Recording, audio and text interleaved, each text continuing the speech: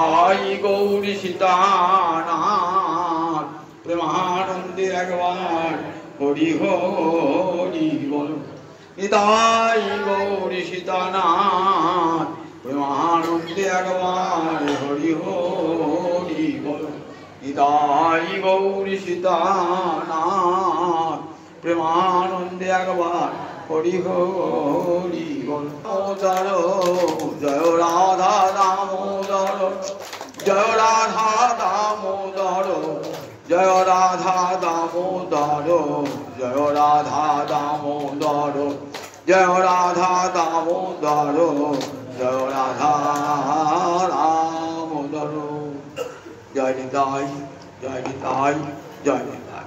ভক্তবৃন্দের চরণে আমার কোটি কোটি দণ্ডবত প্রণিপাত। পূর্ণ কার্তিক মাস ভগবান শ্রীহরির একান্ত প্রিয় মাস। বৈশাখ মাস, কার্তিক মাস এবং মাঘ মাস, এই তিনটি মাস ভগবানের অত্যন্ত প্রিয় মাস। এই মাসটির নাম হলো দামোদর মাস। মা যশোদা কৃষ্ণকে দধিভাণ্ড ভঙ্গ করার অপরাধে উদুখলে বন্ধন করেছিলেন। তাই উদুখল বন্ধন জয় রাধা দামোদর কীর্তন করি আমরা। যিনি ইচ্ছা করলে এক মুহূর্তে সৃষ্টি স্থিতি লয় করতে পারেন, একটা সামান্য দধিভাণ্ড ভাঙার অপরাধে মা যশোদা তাকে দণ্ড দান করেছেন। কৃষ্ণলীলার কত বড় মাধুরী একবার দেখো।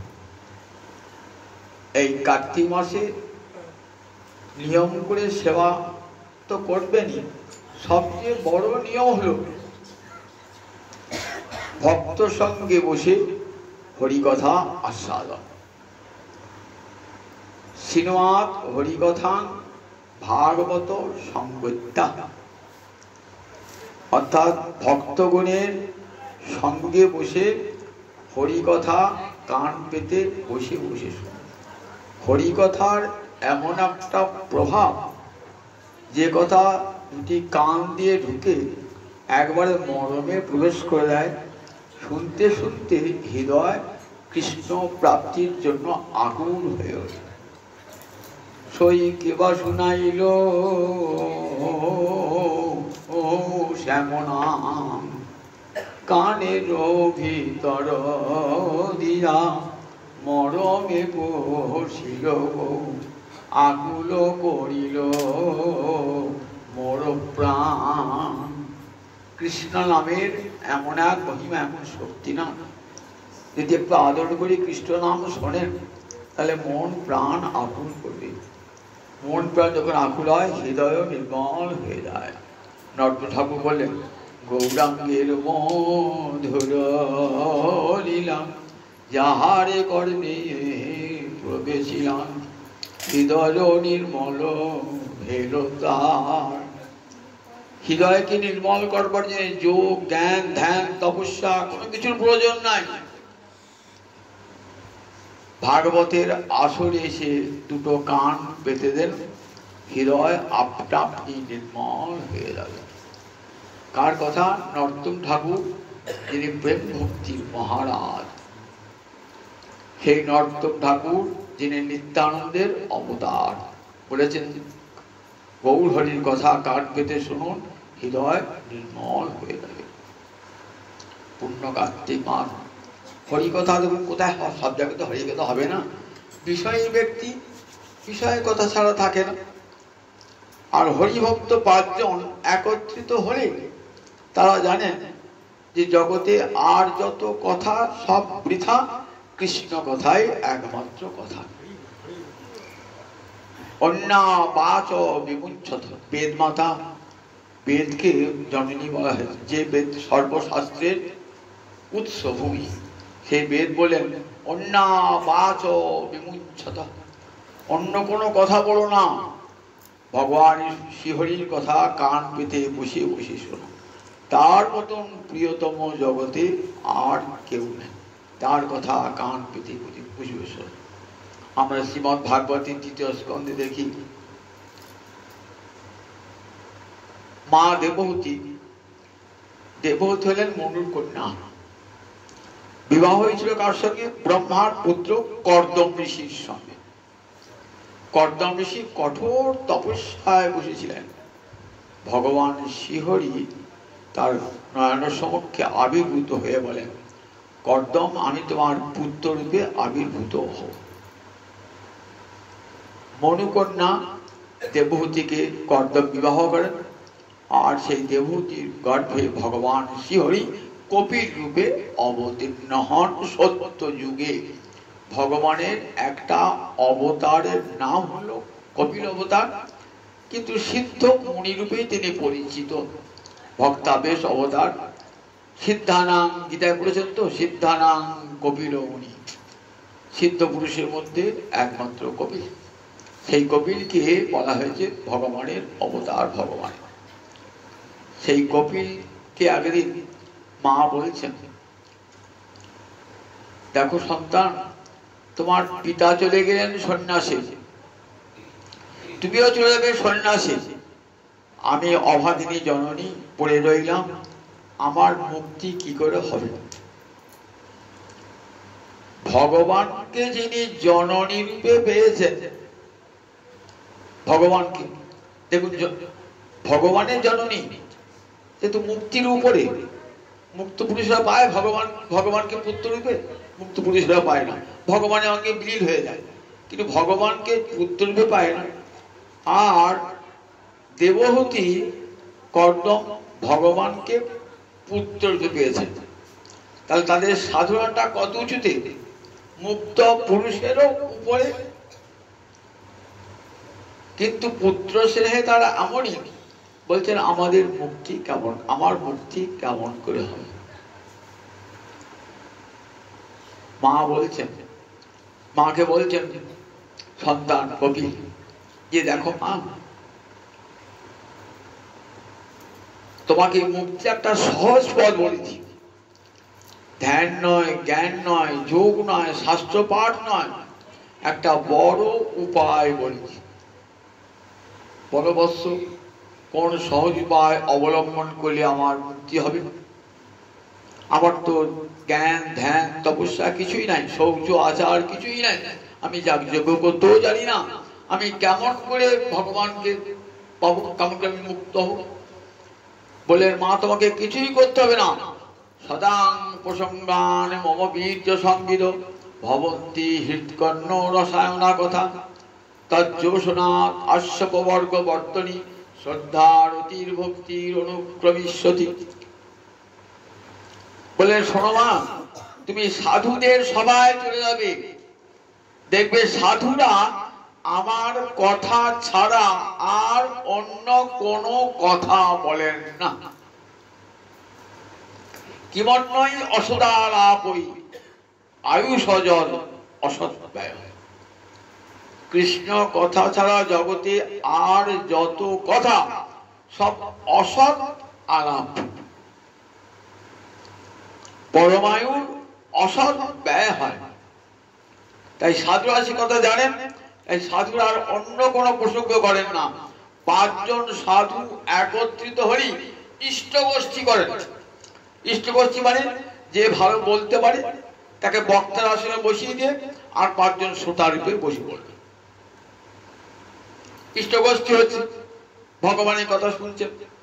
তারপরে দেখো মা, যেখানে 5 জন সাধু আছেন, কৃষ্ণ বংশ সাধু আছেন, দেখবে আমার কথা তারা মুখর হয়েছে। তোমাকে আর কিছু করতে হবে না, যোগ জ্ঞান ধ্যান কিছু করতে হবে না, তুমি সে ভক্তের সভায় চলে যাও। তাদের সঙ্গটা কেমন? প্রসঙ্গ, পুরো একটা উপসর্গ দেওয়া আছে। এই উপসর্গ কি করে? ধাতুর অর্থের গৌরব বৃদ্ধি করে। প্রসঙ্গ মানে প্রকৃষ্ট সঙ্গ, বিষয়ের সঙ্গ বন্ধন নিয়ে আসে, আর সাধুর সঙ্গ মুক্তি নিয়ে আসে। সেই প্রসঙ্গ বিষয়ের সঙ্গ বন্ধনে, সংসার বন্ধনে জড়িয়ে দেয়, আর সাধুর সঙ্গ মুক্তির পথ দেখিয়ে দেয়। তাই সাধুতে সঙ্গটা প্রসঙ্গ, শতাঙ্গ প্রসঙ্গার। তাই দেখবি কি মম বীর্য সংবিদ ভবন্তি হৃৎকণ্ড রসায়না কথা। আমার বীর্য মানে আমার মহিমা সম্ভব রূপে জানা যায় এমন হৃৎকণ্ড রসায়ন কথা তারা নিরন্তর বলে চলেছেন। হৃদয় এবং কর্ণের রসায়ন তুল্য। কৃষ্ণ কথা এমনই মনোহারিণী শক্তি আছে না, কানে যদি একবার ঢোকে তার হৃদয়ে চলে যায়। কর্ণপটরন্ধ্র দিয়ে প্রবেশ করে, মর্মে প্রবেশ করে, হৃদয়কে প্রেমের রসে রসায়িত করে দেয়। হৃৎকণ্ড রসায়না কথা বলে মা তোমাকে কিছু করতে হবে না, তজ্জ শোনা, তুমি একবার বসে বসে সেই কথার সেবা করবে। সংস্কৃতে জুজাত অর্থ সেবা করা, কথার সেবা। কৃষ্ণ কথা শুনছেন তো এটা একটা ভজন, এটা একটা সেবা। আপনি বই পড়ছেন এটা একটা সেবা, কৃষ্ণ সেবা। কথা শুনছেন এটা একটা সেবা। ভজনের অঙ্গ বলে রাখবেন সবসময়। কীর্তন শুনুন, ভাগবত শুনুন, জানবেন এটা ভজনের অঙ্গ। 64 ভজনের ভজনাঙ্গের একটা অঙ্গই হলো শ্রবণ কীর্তন। তাহলে বসে যতক্ষণ ভাগবতী কথা শুনবেন, ভগবানের ভজন হলো ভগবানের সেবা। ভজন মানে তো সেবা, ভজন মানে তার কিছু, ভজন মানে সেবা। সেটা কত ভাবে করা যেতে পারে, চোখ দিয়ে, কান দিয়ে, নাক দিয়ে, সমস্ত ইন্দ্রিয় দ্বারা সেবা করা হয়। হিসিকেন হিসিকেন সেবনা। হিসিক মানে ইন্দ্রিয়, হিসিক মানে ইন্দ্রিয়। তাহলে হিসিকেন মানে ইন্দ্রিয়ের দ্বারা, হিসিকেশ সেবনা। হিসিকেশ মানে সমস্ত ইন্দ্রিয়ের যিনি অধিপতি, হিসিকের ঈশ্বর, অর্থাৎ সমস্ত ইন্দ্রিয়ের যিনি অধিপতি গোবিন্দ। আমার চক্ষু, কর্ণ, নাসিকা আদি যত যত ইন্দ্রিয় আছে সমস্ত ইন্দ্রিয়ের অধিপতি তিনি। তাহলে চক্ষু, কর্ণ, নাসিকা এই ইন্দ্রিয় দিয়ে আমি সেই হিসিকেশের ইন্দ্রিয় অধিপতি সেবা করব, তারই নাম ভক্তি। হিসিকেন হিসিকেশ সেবনং ভক্তি ইত্যুচ্যতে। এই নাম সেবা, এই নাম সেবা। বলে দেখো তুমি তার কথার সেবা করবে, তার যশোনা কি হবে, আসুন অপবর্গ বর্তনী। বললেন মা তুমি মুক্তির পথে যাত্রা করবে। মুক্তি মানে এখানে প্রেম ভক্তির পথে যাত্রা করবে। বর্তমানে পথ, এখানে অপবর্গ মানে প্রেম ভক্তি, অপবর্গ বর্তনী যাত্রা করবে। তার কি কি লাগে, শ্রদ্ধা রতির ভক্তির অনুক্রমিষ্যতি। দেখবেন ভক্তি অষ্টাদশ সিন্ধুতে কেমন করে ভক্তি প্রেমে পরিণত হয় তার একটা ক্রম দেওয়া আছে। আদৌ শ্রদ্ধা, প্রথমে কৃষ্ণ কথা, গুরুর বাক্যের শ্রদ্ধা মানে দৃঢ় বিশ্বাস, তারপর সাধু সঙ্গ, সাধু সঙ্গতি গুরু পদাশ্রয়, তারপরে ভজন আরম্ভ হল, ভজনের ক্রিয়া। ভজন করতে করতে কত অনর্থ আসবে, সে অনর্থ সব দূর হবে, করতে করতে দূর হবে। তারপরে নিষ্ঠা আসে যাবে। কত পরে নিষ্ঠা বলুন দেখি, নিষ্ঠা জোর পূর্বক মনকে ভগবানে বসান। তারপরে রুচি, ভালো লাগবে, আর জোর করতে হচ্ছে না, আপনার রুচি। তারপরে কি হবে, রুচির পর আসক্তি, যার নাম করছেন তাকে ভালোবাসতে ইচ্ছা হবে, আসক্তি। তারপরে কি হবে, আসক্তি পর ভাব, অর্থাৎ প্রেমাঙ্কুর, প্রেমের অঙ্কুর। তারপরে প্রেম লাভ হয়ে যায়। এটাকে সাধুরা বলে না অপবর্গ পথ। শ্রদ্ধা রতির ভক্তির অনুক্রমী। অনুক্রম মানে একের পর এক যাবে, অত সময়ও লাগবে না, একবারই হয়ে যাবে। হরিকথা শুনতে শুনতে তোমাকে অতগুলি স্তর আর পার হতে হবে না, একবারে কৃষ্ণ প্রেম লাভ হয়ে যাবে। তাহলে হরিকথা শোনার কত বড় ফল দেখুন। হরিকথা শোনা, সেই হরিদ্বারে ব্রহ্মকুণ্ডের তীরে সুখদেব আসন্ন মৃত্যু মহারাজ পরীক্ষিতকে শোনাচ্ছেন ভগবানের কত কত লীলা। শুনতে শুনতে তন্ময় হয়ে যাচ্ছেন মহারাজ পরীক্ষিত। শুধু তাই না, যিনি বক্তা তিনিও তন্ময় হয়ে যাচ্ছেন।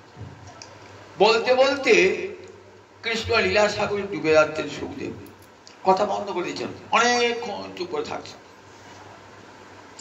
মহারাজ পরীক্ষিত ভাবছেন মনে হয় আমরা তো অনেকক্ষণ ধরে বসে আছি, আমাদের তো ক্ষুধা তৃষ্ণা আছে, সেই জন্য মনে হয় সুখদেব কথাটা বন্ধ করে দিলেন। সুখদেব তখন তার জ্ঞান নাই, তখন সমাধি মগ্ন। বাসুদেবে ভগবতী নিমগ্ন হৃদয় অপ্রবৃত। লীলা ধ্যান করছে আর বলছে, লীলা ধ্যান করছে আর বলছে। সেই জন্য ভাগবতী কথা এত দাম, কোন শাস্ত্রে এত দাম নাই। ভাগবত কথা লীলা দেখছেন আর বলছেন, দেখছেন আর বলছেন। বাসুদেবে ভগবতী নিমগ্ন হৃদয়, ভগবান শ্রী গোবিন্দে লীলাসাগর নিমগ্ন মানে ডুবে যাওয়া, ডুবে গিয়ে বলছে। তখন মহারাজ কি কাঁসর ঘন্টা বাজাচ্ছেন, হরিধ্বনি দিচ্ছেন, হরি বল হরি বল হরি বল বলছে, অঞ্জলি ধ্বনি দিচ্ছেন, কাঁসর ঘন্টা বাজাচ্ছেন, খোল করতাল বাজাচ্ছেন। অনেক পর ধীরে ধীরে ধীরে ধীরে আবার জ্ঞান জোড়হাতকে বলছে, হে বুড়িবর, 7 দিনের মধ্যে 7টা মিনিট আমার চলে যায়, তাহলে আমার অনেক সময় চলে গেল। এই 7 দিন আমার পুঁজি মহামূল্যবান, এই 7 দিন আমার কাছে মহামূল্যবান। এই যেন 7টা মিনিট যেন নষ্ট না হয়, এক মুহূর্ত থেবেন না। ভাবছেন আমরা ক্ষুধাতে যাই, কাতর হয়েছি, আমাদের বিশ্রামের দরকার, আহার জলপানের দরকার। না না প্রভু, আহার জলপানি জল স্পর্শ করবো না, প্রতিজ্ঞায় করেছি। আমার ক্ষুধা নাই, তৃষ্ণা নাই, সব ক্ষুধা তৃষ্ণা দূর হয়ে গেছে, আমি প্রাণে ভরি হরি কথা। 7 দিন বসে বসে আমরা 1 ঘন্টা শুনতে পারি না, আর 7 দিন একাসনে বসে বসে কত যোগী জ্ঞানী ধ্যানী তপস্বী বেদ পাঠী আমাদের মতন বিষয়ী সব 7 দিন হরিদ্বারের ব্রহ্মকুণ্ডের তট আলোকিত করে বসে আছে, কেউ আসন ছাড়ছেন না। ভাবি এরপর কি বলবে, এরপর কি বলবে, এরপর কি বলবে, শুদ্ধ অপনা সবার আকুল আগ্রহে শুনছে। ক্ষুধা তৃষ্ণা সব দূর হয়ে গেছে।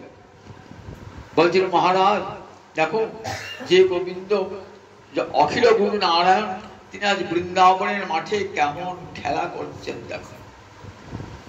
5 বছর যখন বয়স হয়েছে না, তখন গোচারণ করতে যাবে।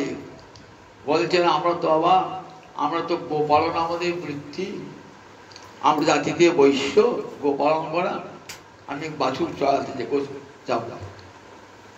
আগামীকাল গোপাষ্টমী, তো ওই অষ্টমী কার্তিক মাসের শুক্লপক্ষের অষ্টমী তিথিতে শ্রীকৃষ্ণ প্রথম গোচারণ শুরু করেন, যখন কৃষ্ণের 5 বছর বয়স, গোচারণ শুরু করেন।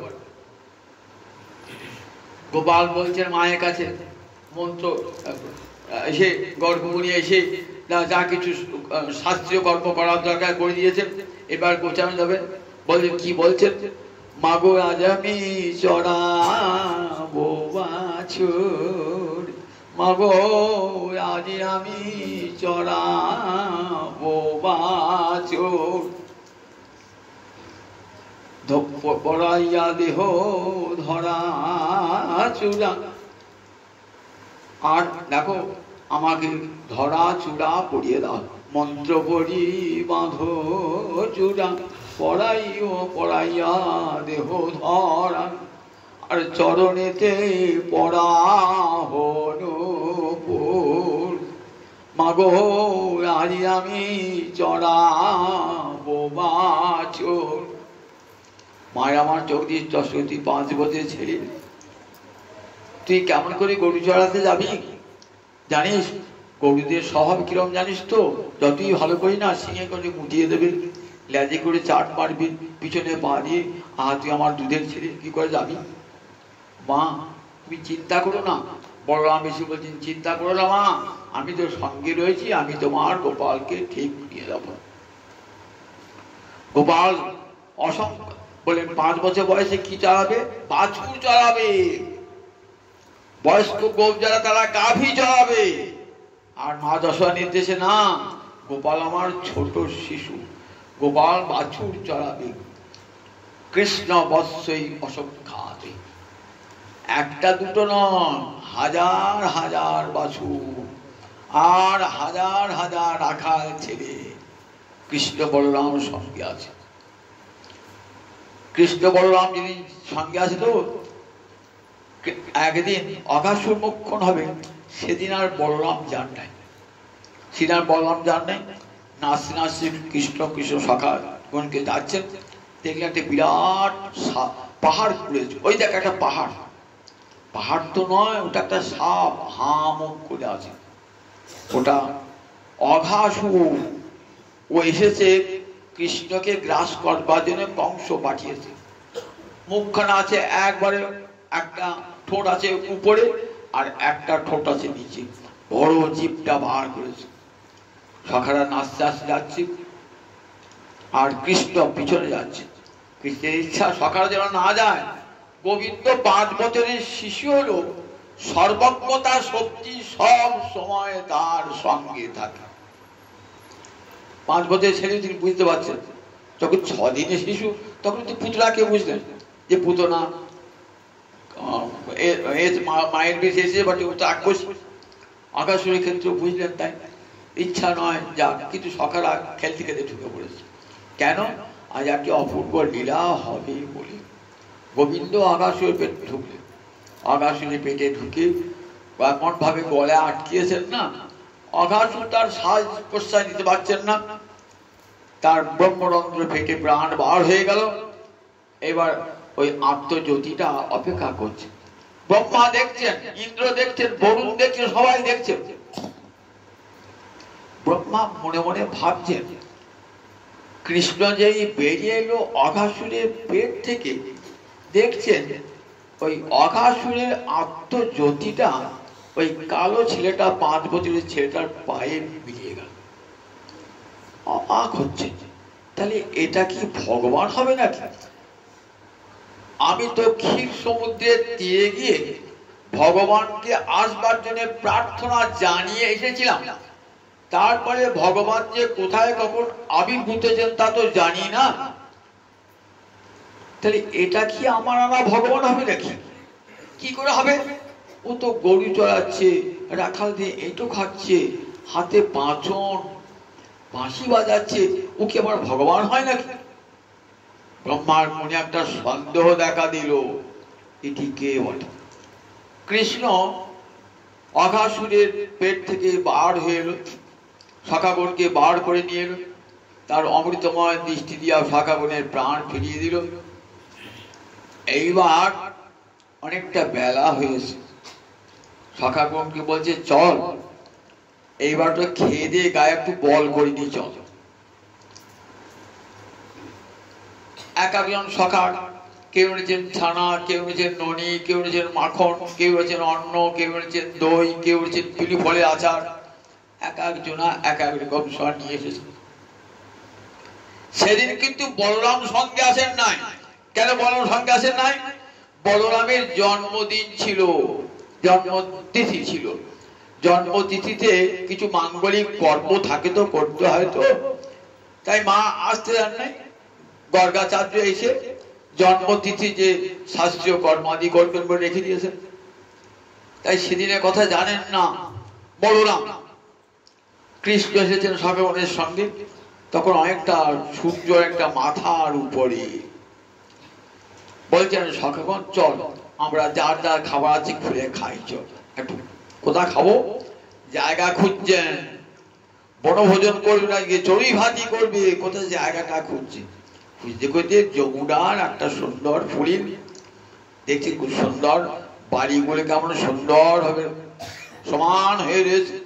পাশে পদ্ম ফুল ফুটেছে, ভ্রমরে গুনগুন করছে, কোকিলের কুহু ডাক হচ্ছে, খুব সুন্দর পরিবেশ, আর মৃদুমন্দ বাতাস প্রবাহিত হচ্ছে। কেমন? এইখানে আমরা খেতে বসবো। অহতি পুলিনং ব্রহ্মং বয়স্যা। সব সখাগণ, খুব সুন্দর রমণীয় পুলিন ভূমি, এইখানে আমরা আজ খাবো সব। কিন্তু খাবার তো কোনো পাত্রকে আনেন নাই, খেতে গেলে তো পাত্র লাগবে। খাবার এনেছে সব শিখে ভরি, কিন্তু খাবার জন্য পাত্র যেত, থালা গ্লাস বাটি যাই তো, নাই তো গ্লাস বাটি। বড় বড় পাতা নিয়েছে, বড় বড় ফুলের পাপড়ি, বড় বড় পাথরের ঢেলা নিয়ে এসছে, গাছের ছাল নিয়ে এসছেন। সেখানে যার যা বাড়ি খাবার আহার করেছে। কেমন করে খাচ্ছেন? সুখদেব ধ্যানে দর্শন করছেন। মাঝখানে বসেছে কৃষ্ণ, আর চারিপাশে সখাগণ। কৃষ্ণস্য বিশ্ব পুরুরাজি মণ্ডলে ফুল্লদিশ অভ্যাননা ফুল্লদিশ অর্ভকা। অর্ভকা মানে শিশুরা, ফুল্লদিশ খুব আনন্দ, সবাই কৃষ্ণের পানে চেয়ে আছে, সবারই মুখটা কৃষ্ণের দিকে, আবার কৃষ্ণের মুখটাও সবার দিকে। গোল করে বসেছেন তো, গোল করে বসলে কি হবে, কেমন করে বসেছেন, বসাটা একটু সুন্দর কায়দা আছে। কিরকম, যেগুলো ছোট মাথায় খাটো সামনে, তারপরে একটু মাথায় বড় তারা, তারপর একটু মাথায় বড় তারা, ঠিক পদ্ম ফুলের যেমন পাপড়ি সাজানো থাকে না, তেমনি করে বসেছেন। সুখদেব ধ্যানে দর্শন করছেন, দর্শন করে কি বলছেন, যেন নীল কমলে ফুটেছে নীল যমুনার তীরে, যেন নীল কমল ফুটেছে রে নীল যমুনার কূলে, যেন নীল কমল ফুটেছে রে, যাই রে শোভার বাগাই যাই রে। সুখদেব ধ্যান দর্শন করছেন, পদ্মের মাঝখানে থেকে কিঞ্জল আর চারিপাশে পাপড়ি থাকে, মাঝখানে কৃষ্ণ বসে আছে। কৃষ্ণস্য বিশ্ব পুরো আজীবন কালে অভ্যাননা। আচ্ছা, সুখদেব কথা বলতে বলতে পাগল হয়ে গেলেন নাকি? গোল করে যদি বসি তাহলে আমার সামনে যারা, তাদের মুখটা আমার দিকে, আমার কাছে তারা থাকবে, কিন্তু আমার পিছনে যারা বসেছে, ডাইনে যারা বসেছে, বাঁয়ে যারা বসেছে, তাদের দিকে আমার মুখটা থাকবে কেমন করে, কেমন করে থাকবে? সবাই তো শুনছেন কান খাড়া করে। সুখদেব একই বলছেন, কৃষ্ণ সবার দিকে মুখ করে খাচ্ছেন। কি করে সবার দিকে মুখ হয়? গোল করে বসে পারেন, যার পিছনের দিকে আছে মুখ হয় কৃষ্ণের, ডান দিকে বাড়বে, যার সামনে বসে মুখটা কে থাকবে। বিশ্বাসপতি ভাগবতীর টিকা করছেন, বলছে তত্ত্বে কোনো ত্রুটি নাই।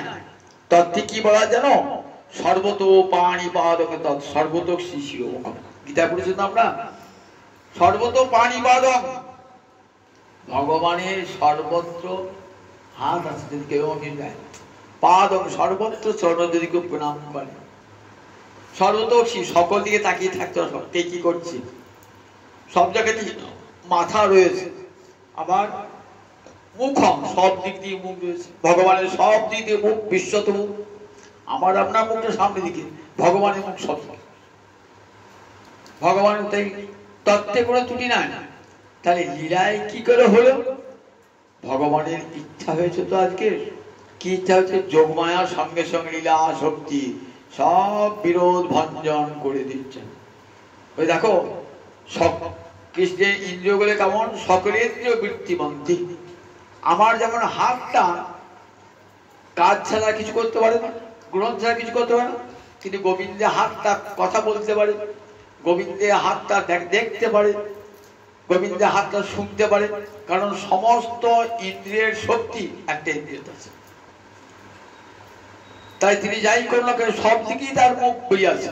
সকালে দেখছেন যোগমায়ের আমার লীলা কৌশল, সবাই দেখছেন, আর গোবিন্দ ইচ্ছা করেছেন তো, কাজে গোবিন্দের পিছন দিকেও যেন মুখ, কানের দিকেও যেন মুখ, এ কানের দিকেও যেন মুখ, নাকের দিকেও মুখ, মাথার দিকেও মুখ, পিঠের দিকেও মুখ, সর্বত্র সকালে দেখছে।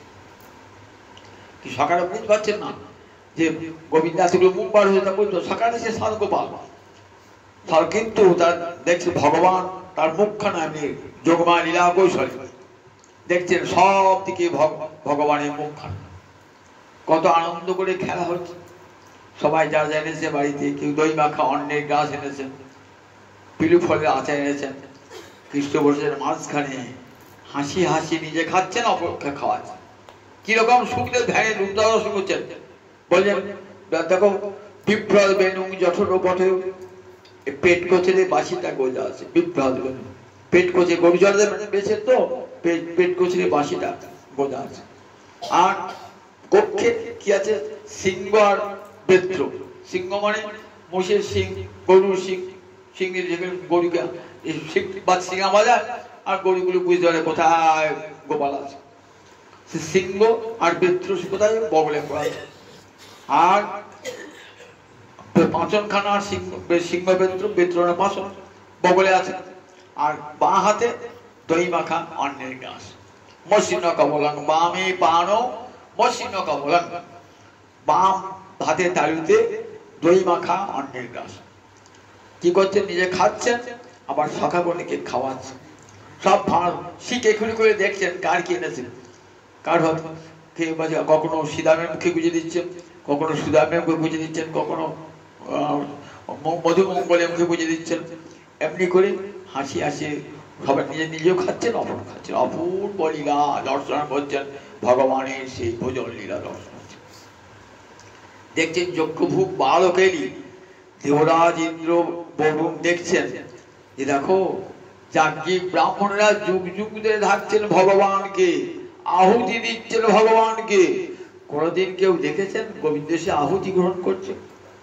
আজ দেখো ব্রজের মাঠেতে ভগবান ওই দেখো কৃষ্ণ সখাগণে এটো খাচ্ছে, আবার খাওয়াচ্ছে। কি অপূর্ব লীলা! দেখো যজ্ঞভোগ, যিনি যজ্ঞের আহুতি গ্রহণ করেন, আর বাল্য খেলায় কেমন মাতোয়ারা হয়ে গেছে।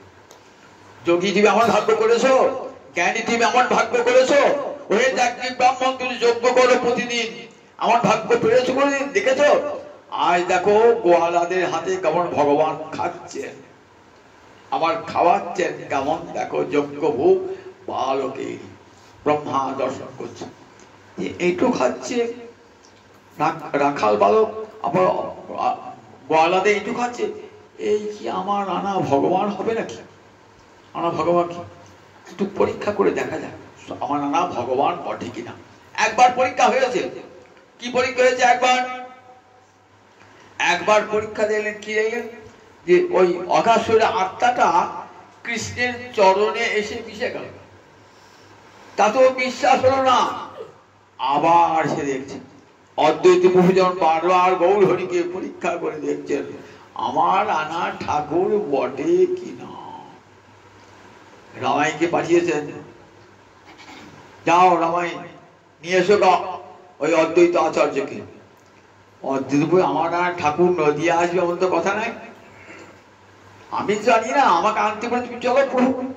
বেশ, আমি লুকিয়ে থাকবো, যদি আমাকে খুঁজে বার করতে পারে তবে যাবো আমার আনা ঠাকুর। এসে কোথায় লুকিয়েছেন বন্ধ করি?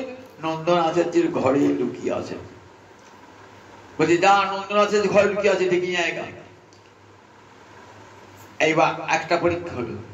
দ্বিতীয় পরীক্ষা কি না? এইবার দ্বিতীয় পরীক্ষা হলো যদি সর্বভূত অন্তর্যামী শিবগৌরাঙ্গ রায় তার চরণ তুলিয়া দেয় আমার অবস্থায়, যদি আমি যখন প্রণাম জানাবো তখন যদি আমার মাথাতে দুটো চরণ তুলে দেয় তাহলে জানবো আমার আনা ভগবান। কৃষ্ণায় বাসুদেবায় বলে যখন তুলসী দিয়েছেন না, সর্বভূত অন্তর্যামী শ্রী গৌরাঙ্গ রায় চরণ তুলিয়া দিল অদ্বৈতের মাথায়। পরীক্ষা বললেন ঠাকুরকে ব্রহ্মাতায় পরীক্ষা আমি জেনেছি এটা আমার আনা ঠাকুর বটে কিনা এবার পরীক্ষা করে দেখি। ভগবানের মঞ্জু মহিমা, ভগবানের মঞ্জু মহিমা দর্শন করবার ইচ্ছা হলো। সুখদেব পরীক্ষা বলেন নাই, বলছেন মঞ্জু মহিমা মধুর ঐশ্বর্য দেখবার ইচ্ছা। মঞ্জু মানে মধুর, আর মহিত্য মানে ঐশ্বর্য, ভগবানের মহিমা দেখবার ইচ্ছা ভগবানের। এই সঙ্গে কিন্তু আর একটা ইচ্ছা পূরণ করবেন ভগবান। কি পূরণ? ব্রজের গাভীরা তারা কি করে, নিজে নিজে বাছুরে গা চাটে তো, কিন্তু কৃষ্ণ যখন গায়ে হাত বুলায় না তখন তারা কৃষ্ণের অঙ্গলে হাত করে। নিজের ছেলে অপেক্ষাও কৃষ্ণ বেশি ভালোবাসে কৃষ্ণকে। জীব দিয়ে গা চাটে, মনে মনে ভাবছে কৃষ্ণ যদি আমাদের সব বাছুর হতো তাহলে কি আনন্দ হতো। আবার ব্রজের শ্রীরাম সুদাম এদের মা মনে কি মনে করে যে আমাদের যশোদার ছেলেকে আমরা খুব ভালো লাগে, তো নিজের ছেলেকেও ভালো লাগে। মনে মনে কি হবে, যদি কৃষ্ণ আমাদের সন্তান হতো তাহলে কি ভালো হতো। আমাদের যদি কৃষ্ণ আমাদের সন্তান হতো, নিজের ছেলে রয়েছে তথাপি কৃষ্ণের প্রতি এত আকর্ষণ। তাই মুদং করত কস্য মাদি নাঞ্চ। ক মানে ব্রহ্মা, ব্রহ্মার আনন্দ দান, ব্রহ্মাকে আনন্দ দান করবার জন্য, আবার ব্রজের মায়েদের আনন্দ দান করবার জন্য ভগবান আজ অপূর্ব লীলা করবেন, অপূর্ব লীলা। ব্রহ্মা ভাবছেন দেখি একবার পরীক্ষা দেখি এটা আমার না ঠাকুর বটে কিনা। বাছুরগুলো তো সঙ্গে ছিল, খেতে বসে তো বাছুর কি করছেন, বাছুরগুলোকে ছেড়ে দিলেন, যা তোরা ঘাস খাগা।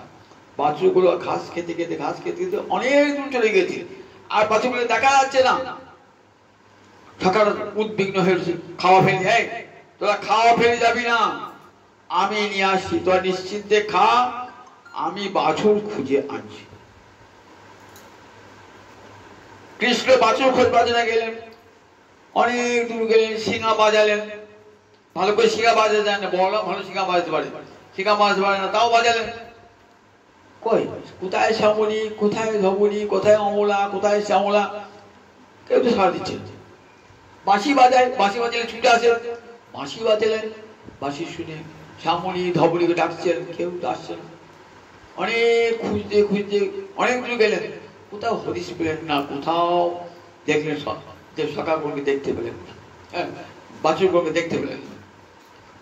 ফিরে আসেন হতাশে, হতাশে যখন ফিরে এসেছেন না, এসে দেখছেন যেখানে বনভোজন হচ্ছিল সকালকে নিয়ে, সকালে কেউ নেই, সীতামো নাই, সুদামো নাই, মধুমঙ্গল নাই, কেউ নাই।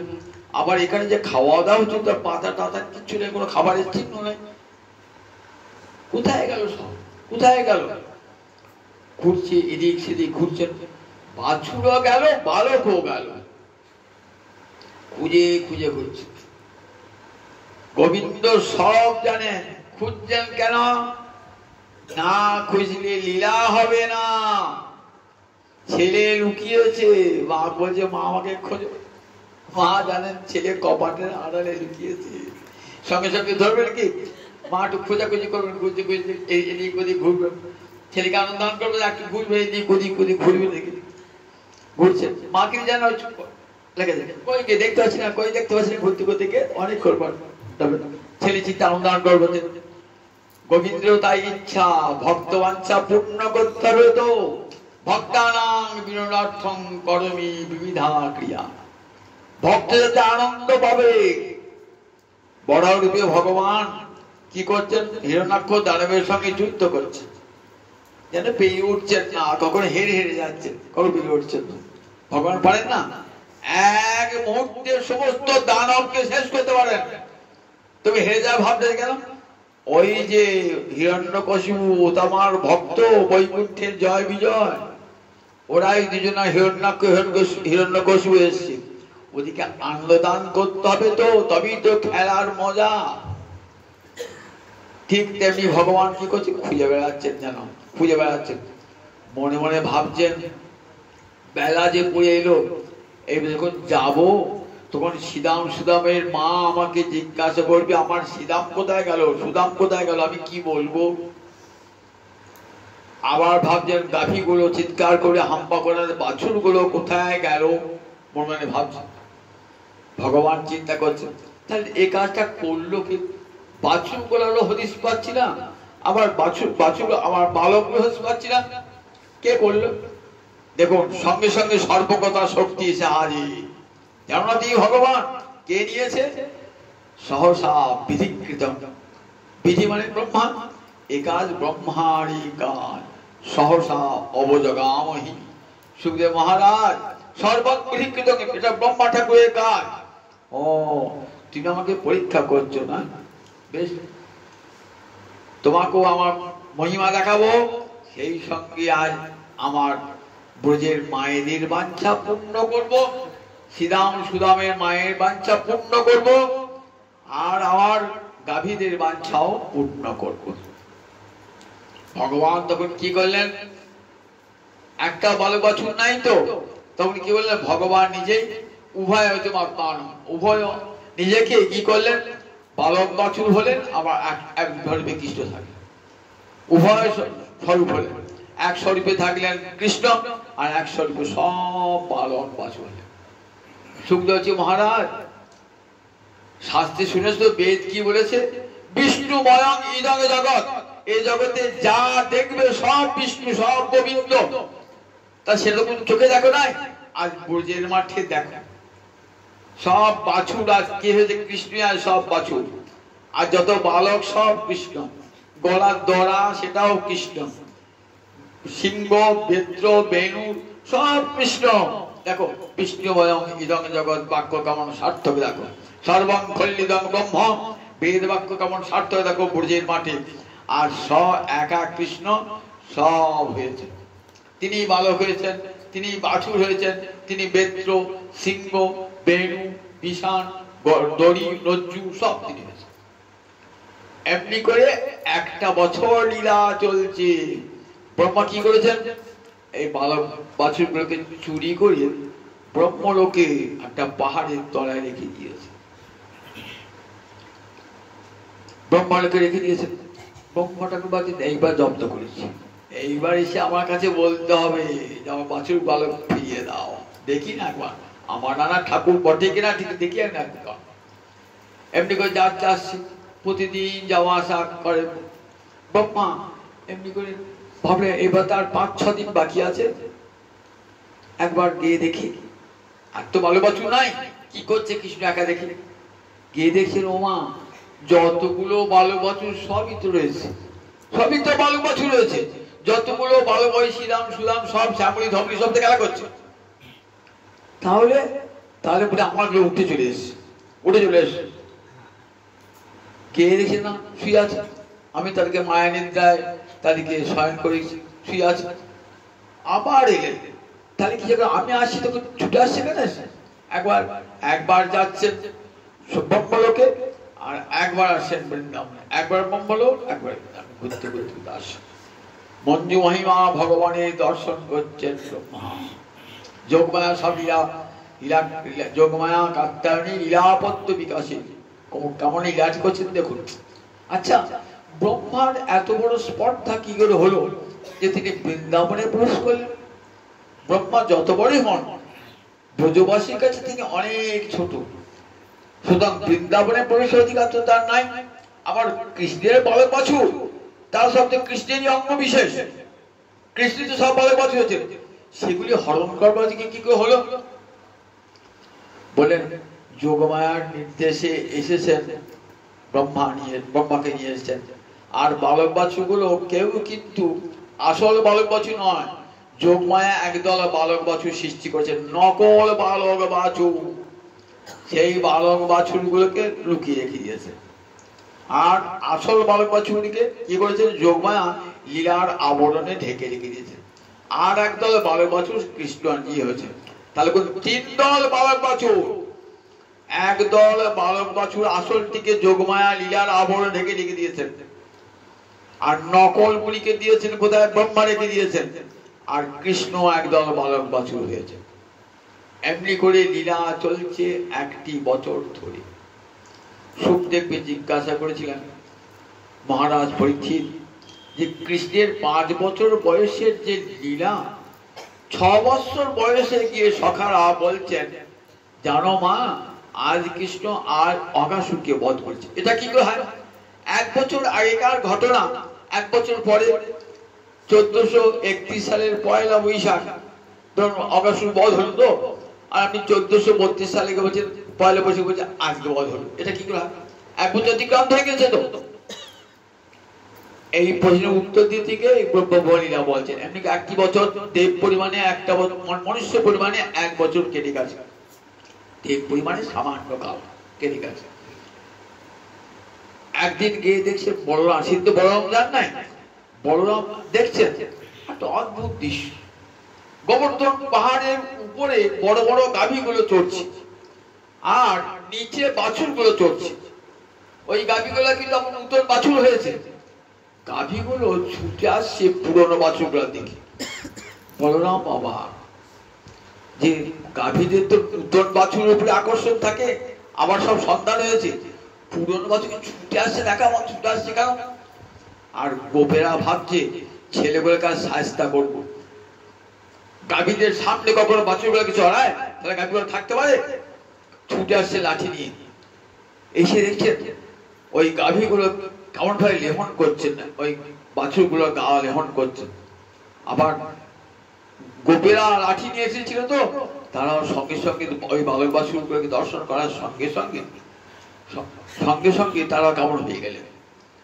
এমনি করে বলরাম তাকিয়ে আছেন, আচ্ছা আমি তো কৃষ্ণ ছাড়া সবাইকে ভালোবাসি, কিন্তু কৃষ্ণের মতন তো কাউকে ভালোবাসি না, কিন্তু আজ সবাইকে শ্রীরাম সুদাম সবাইকে কৃষ্ণের মতো ভালোবাসতে ইচ্ছে হচ্ছে। কৃষ্ণের প্রতি আমার ভালোবাসা কমে যাচ্ছে কেন? কেন কৃষ্ণের প্রতি ভালোবাসা কমে যাচ্ছে কেন? শ্রীরাম সুদামের প্রতি কেন ভালোবাসা আসছে?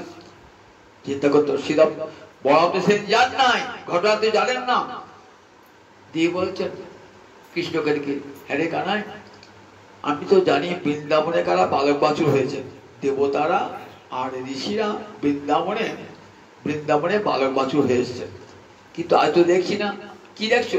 আজ তোমাকেই দেখি যে বালকে বাছুরে, আজ তোমাকেই দেখি যে বালকে বাছুরে, আজ তোমাকেই দেখি যে। আজ দেখছি সব কৃষ্ণ, বালক বাছুর বেত্র বিষাণ সিংহ। বলো কি কারণটা কি?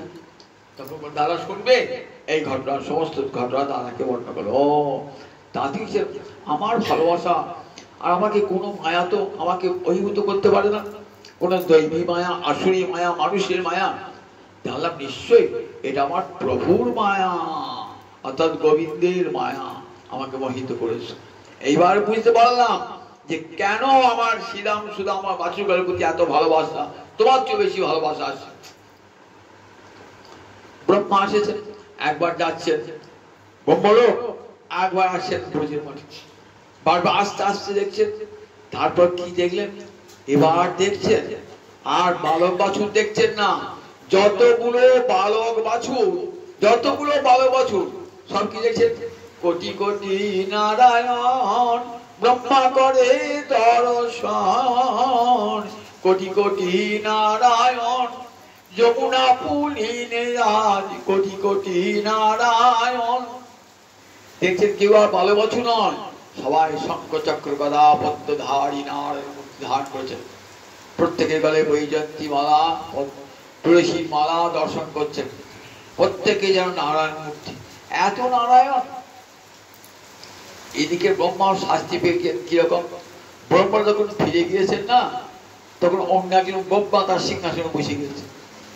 তখন দাঁড়িয়ে বলছেন, তুমি কে? আমার ছিল না, আমি তো ব্রহ্মা। কোথায় তুমি ব্রহ্মা? ওই দেখো সিংহাসনে বসে আছে ব্রহ্মা। ব্রহ্মা তখন ভাবছেন আমার চাকরি গেল, অন্য ব্রহ্মা এসে বসে পড়েছে। ভগবান দেখাচ্ছেন, দেখো আমি তো মতন কোটি কোটি ব্রহ্মাকে সৃষ্টি করতে পারি।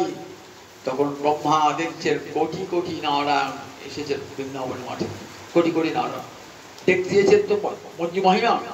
আবার দেখছেন সেই নারায়ণ মূর্তি, ওই কালো ছেলেটি দই মাখা অন্নের ভাত খাচ্ছে, তার অঙ্গে প্রবেশ করে গেল, কোটি কোটি নারায়ণ চলে গেল।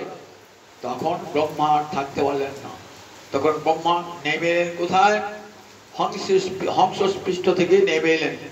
হংসপৃষ্ঠ থেকে নেমে এসে গোবিন্দের চরণে কনক দণ্ডবৎ আনিবাত, কনক দণ্ডের সোনার একটা মতন, সোনার দণ্ডের মতন গোবিন্দের চরণে পড়েছে। গোবিন্দের চরণে পড়ে কি করলেন? চরণ ধোয়াই দিও হরে, অষ্টচক্ষুর ধারায় চরণে ধোয়াই দিল হরে। ব্রহ্মার চারটে মুখ, তাহলে 8টা চোখ, অষ্টচক্ষুর ধারায় চরণ ধোয়াই দিল রে। প্রভু আমায় ক্ষমা করো, আমি তোমাকে পরীক্ষা করতে গেছিলাম, তুমি আমার আনা ঠাকুর বটে কিনা, এটা আমার অপরাধ হয়েছে। তাই নয়ন জলে ঢেলবল, দেখো ব্রহ্মা, তুমি আমাকে মায়ায় মোহিত করতে এসেছিলে, নিজেই আমার মায়ায় মোহিত হয়ে গেলে। সুখদেব বলছে, দেখো মহারাজ, গোবিন্দকে মায়ায় মোহিত করতে গিয়ে স্বয়ং এব বিমোহিত, নিজেই মোহিত হয়ে গেলে। তখন ব্রহ্মা নজরান হয়ে গোবিন্দ চরণে প্রণাম জানিয়ে বলছেন, প্রভু প্রভু, তোমাকে যারা জ্ঞানের দ্বারা পাবার ইচ্ছা করে, তারা কোনো কাজ তাদের বৃথা পরিশ্রম হয়। শ্রেয়স্মৃতি ভক্তি উদ্দেশ্য, শ্রেয় স্মৃতি, শ্রেয় মানে মঙ্গল, স্মৃতি মানে পথ, উদ্দেশ্য পরিত্যাগ করি, মঙ্গলের পথ পরিত্যাগ করি। যারা কেবল বোধ আর কেবলমাত্র জ্ঞানের দ্বারা তোমাকে পেতে চায়, তাদের সাধনটা ব্যর্থ যায়। কেমন? স্থূল তুষাবঘাতি না। তুষকে যদি আপনি হামাল দিস্তায় গুঁড়ো করেন, ধান কোনদিন পাবেন? তুষ থেকে ধান পাওয়া যায়? ধান পাওয়া যাবে না। ঠিক তেমনি বৃথা পরিশ্রম হবে জ্ঞান সাধনে, যোগ সাধনে। ভগবানকে তোমরা কোনোদিনই পাবে না। ভগবানকে পাওয়া যায় একমাত্র ভক্তিতে। ন সাধতি মাং যোগ, ন সাংখ্যং ধর্ম উদ্ধব, ন সাধ্যায় তপস্ত্যাগ, যথা ভক্তি মমর্জিতা। উদ্ধব উদ্ধব, আমাকে ভক্তি যেমন বশীভূত করতে পারে তেমনটি আর কেউ পারে, যোগ পারে না। ন সাধতি মাং যোগ, সাধনে বশীকরতি, মাং যোগ, যোগ আমাকে কখনো বশীভূত করতে পারে না। যোগ সাধন করলে ফল পাবেন। কি পাবেন? অষ্টাঙ্গ যোগের দ্বারা কৈবল্য মুক্তি লাভ হবে, কিন্তু ভগবত প্রাপ্তি ঘটবে না। ভগবত প্রাপ্তি, রোগ সেরে যাবে, রোগীও শেষ হয়ে যাবে। আমি চাই আমার রোগটা শেষ হোক, রোগীটা বেঁচে থাক। কিন্তু যোগ সাধনে ওই রোগও চলে যাবে, রোগীও চলে, আর সে ভগবানের অঙ্গে বিলীন হয়ে গেল। তাহলে কোন যোগী করে ভগবানকে পেয়েছে দেখতে পাবেন। ন সাধতি মাং, ন সাংখ্যং, জ্ঞানের দ্বারাও কখনো ভগবানকে পাওয়া যায় না। কি পাওয়া যায়? মুক্তি পাওয়া যায়। ন সাংখ্যং ধর্ম উদ্ধব, যাগযজ্ঞাদি ধর্ম মানে যাগযজ্ঞ, যাগযজ্ঞ করে স্বর্গে ওঠা যায়, জ্যোতিষ্ঠমান যাগ বলে, কিন্তু ভগবানকে পাওয়া যায় না। ন সাধ্যায় তপস্যা, বেদ পাঠ করে ভগবানকে পাওয়া যায় না, তপস্যার দ্বারা ভগবানকে পাওয়া যায় না। ভক্তি আমাকে যেমন করে বশীভূত করতে পারে, পাওয়ার শুধু নয়, ভগবানকে বশীভূত করে নেন। ভক্তামাং বশীকুর্বন্তি সৎ স্ত্রী সৎ পতিকে, যথা সতী রমণী, পতিব্রতা রমণী ভালোবাসা দিয়ে, অনুরাগ দিয়ে স্বামীকে যেমন বশীভূত করে নেন, ভক্ত তেমনি আমাকে বশীভূত করে নেয় ভক্তি দিয়ে। ভক্ত হলো পতিব্রতা পত্নী। সুতরাং সাংখ্য জ্ঞান যোগ করে এখানে স্তুতি করছেন ব্রহ্মা, যে তোমাকে কোনোদিন জ্ঞানে পাওয়া যায় না, ধ্যানে পাওয়া যায় না, যোগে পাওয়া যায় না, তপস্যায় পাওয়া যায় না, তোমাকে পাওয়া যায় একমাত্র ভক্তিতে। ভক্ত তোমার অনুকম্পা, তোমার করুণার পানে চেয়ে থাকে। আমার যত বড় ফল থাকুক প্রভু, আমি তো পাপী, আমার কত পাপ, গণইতে দোষ গুণ লেশ নাহি পাহারবি, জব তুহু কর বিবিচার, মাধব বহুত মিনতি করিত, তিল তুলসী দিয়া এ দেহ সমর্পিনু, দয়া জন নাছ রবিময়, দয়া জন নাছ রবিময়। ভক্ত বলে, প্রভু আমার সাধন নাই, ভজন নাই প্রভু, আমি তিল তুলসী দিয়ে আমার দেহ মন প্রাণ তোমার চরণে অর্পণ করে দিলাম। তুমি আমার দয়া যেন ছেড়ো না, জগতের নাথ তুমি আমার দয়া যেন ছেড়ো না, গণইতে দোষ গুণলেশ নাহি বাজবি। যখন তুমি বিচার করবে, বলে দোষ বই গুণই খুঁজে পাবে না, দোষ বই গুণ খুঁজে পাবে না। আমি যে দোষে রাখো, সবটাই আমার দোষ। তাই প্রভু আমি একটা প্রার্থনা করি, প্রভু আমি তো কিছু সাধারণ ভজন জানি না, কি এ মানুষ পশু পাখি কুলে জন্মিয়ে, অথবা কীট পতঙ্গে কর্ম বিপাকে, গতাগতি পুনঃ পুনঃ মতিরহু তুয়া পর সঙ্গে। আমার কর্মফল আমি ভোগ করবো প্রভু, কোনদিন বলবো না যে আমার কর্মফল ধ্বংস করে দাও প্রভু। আমার কর্মফলের জন্য আমি পাখি হই, পশু হই, কীট হই, পতঙ্গ হই, আমার কোনো দুঃখ নাই প্রভু। কিন্তু একটা প্রার্থনা, আমি বামুন হই, চন্ডাল হই, হাঁড়ি হই, মুচি হই, কুকুর হই, পথের কুকুর হই, আমার কোনো দুঃখ নাই প্রভু, আমার কর্মফল ভোগ করতেই হবে। তার জন্য কোনদিন প্রার্থনা জানাবো না, কিন্তু একটা প্রার্থনা, মতিরহু তুয়া পর সঙ্গে আমার যে কুলে জনমে হোক না কেন ওই চরণে যেন মতি থাকে প্রভু আমার যে কুলে জনম হোক না কেন ওই রাঙা চরণে যেন মতি থাকে প্রভু আমার কর্মফলের জন্য আমি যেগুলি জন্মাই কোনো আমার দুঃখ নাই ভক্তদায়ী ভগবানের করুণার পানি আমি কি সাধন জানি আমি কি ভজন জানি কিছুই জানি না কোনো সাধনে কোনো ভজনে ব্রহ্মা তোমার স্তুতি করতে পারে না রুদ্র তোমার স্তুতি করতে পারে না অনন্তদেব অনন্ত ভজনে তোমার স্তুতি করতে পারে না আমি একটা সামান্য মানুষ তোমার কি করবো প্রভু তোমার কৃপার পানে চেয়ে আছি তুমি কৃপা করবে বলি পুত্র যদি অধম হয় বাবা মা তাকে ত্যাগ করেন কি পুরমান শিক্ষিত ছেলেটিকে যেমন ভালোবাসেন একবার লেখাপড়া যায় না মূর্খ জড় তাকেও পিতা তেমনি ভালোবাসেন আমি শুধু মূর্খ জড় অধম আমি প্রভু কৃপা করে তুমি আমাকে চরণের স্থান দিও বলে ভগবানের করুণার পানি চেয়ে থাকি এই করুণা ভক্তি মহারানী অন্তরে এই দীনতা এনে দেন জ্ঞানীর থাকে না দীনতা যোগীর থাকে না দীনতা ভক্তের থাকে ভক্ত সবসময় বলে আমি তোমার দাস প্রভু আমি তোমার চরণের দাস এই ভক্তি কার দান বলুন দেখি এই ভক্তি আমার মহাপ্রভুর দান কত বড় মূল্যবান যে ভক্তিতে ভগবান বশীভূত হয়ে যান যে জ্ঞান ধ্যান যোগী তপস্বী যে জ্ঞানী ধ্যানী যোগী তপস্বী ভগবানকে বশীভূত করতে পারেন না আর ভক্তি ভগবানকে বশীভূত করে দেন সেই ভক্তি আমার মহাপ্রভুর করুণার দান গৌর হরি নিতাই চাঁদ জগৎ জীবের দ্বারে দ্বারে দিলেন সেই হরিনাম মহামন্ত্র যা হরিভক্তি হৃদয়ের কিছুই করতে হবে না বসে বসে হরে কৃষ্ণ কৃষ্ণ কৃষ্ণ হরে হরে হরে রাম রাম রাম হরে হরে এই মহানাম কীর্তন করো যদি খঞ্জনি না থাকে হাতে তালি দিয়ে করো যদি জায়গা না থাকে গাছতলায় বসে বসে করো ছাঁচতলায় বসে বসে করো নদীর তীরে বসে বসে করো